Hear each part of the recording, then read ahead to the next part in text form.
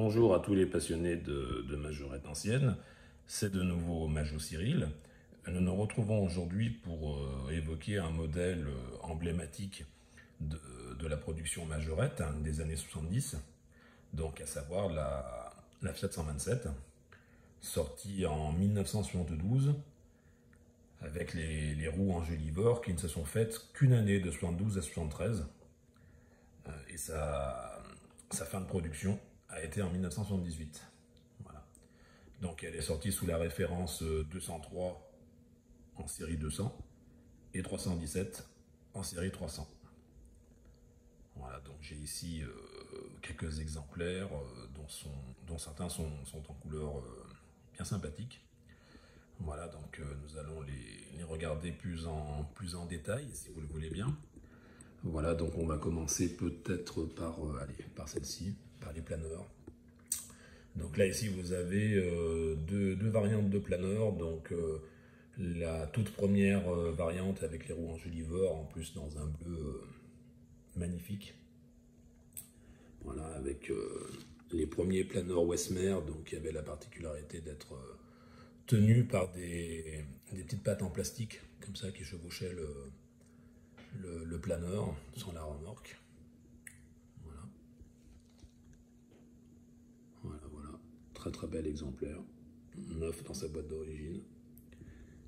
Et après, par la suite, un peu plus tardivement, c'est faite celle-ci, qui n'est pas la dernière, puisque les dernières n'ont plus le socle dans la boîte, et n'ont pas les mêmes roues non plus. Voilà, donc celle-ci est bien belle aussi. Voilà. Un ensemble de couleurs coordonnées, voiture remorque. Voilà donc pour les planeurs. Après, nous avons les modèles avec l'Alpine F3.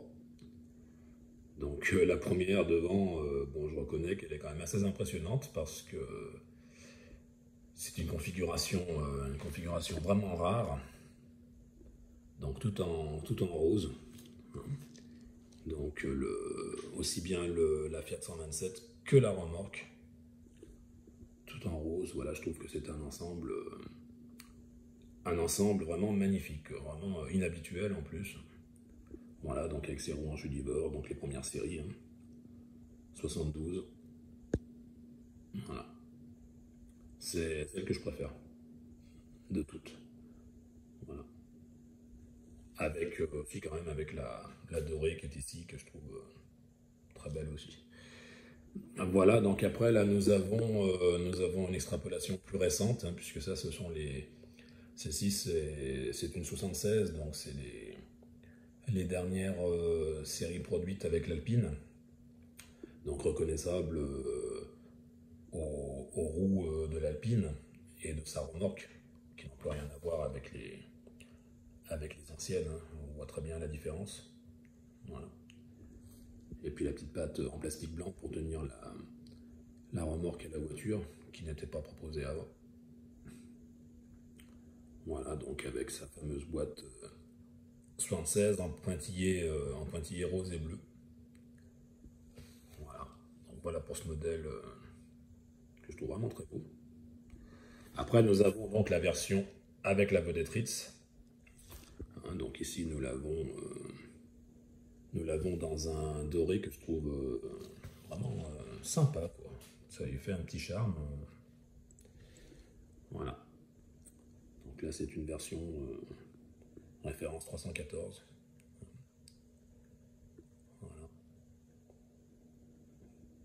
Voilà pour celle-ci. Et après, donc, nous passons aux versions individuelles. Donc nous avons celle-ci donc en boîte carton de l'époque, 73-75. Voilà. Après, nous avons sa version 1976, donc toujours pareil avec les pointillés roses et bleus. Après, nous avons une version comme celle-ci, roue Angélivore, donc 72-73, dans sa boîte d'origine avec la petite étiquette, voilà, qui va bien. Et Nous terminons donc par du plus récent. Celle-ci, c'est une version comme ça. Voilà, boîte de cristal qui est bien sympathique aussi. Voilà, donc on va se refaire un petit tour d'horizon si vous le voulez bien. Donc les planeurs Vesmer, très très beau. Les Fiat 127 avec les Alpines F3.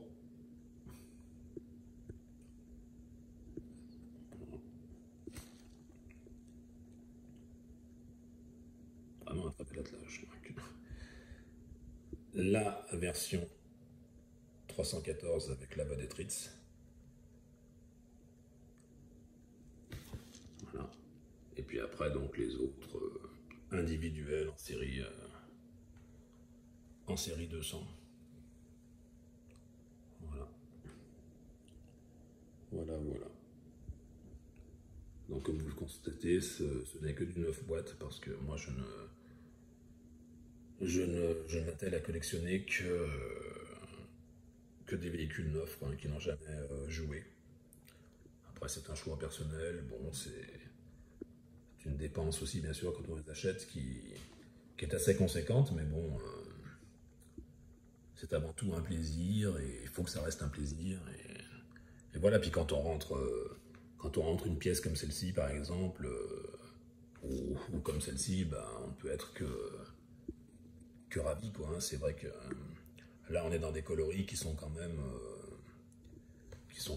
superbes quoi, superbes et rares. On peut les voir comme ça aussi.